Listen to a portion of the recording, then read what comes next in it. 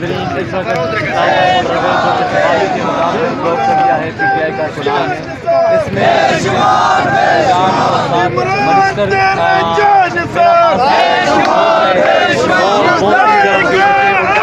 कर दिया है और अफगान ने घेर लिया है। तो बहुत सारे कारकुनान अफगान और ईरान के इस्तेमाल के लिए निकल आए और बड़ी तादाद में उनके साथ जो है इजहार यकजहती कर रहे हैं।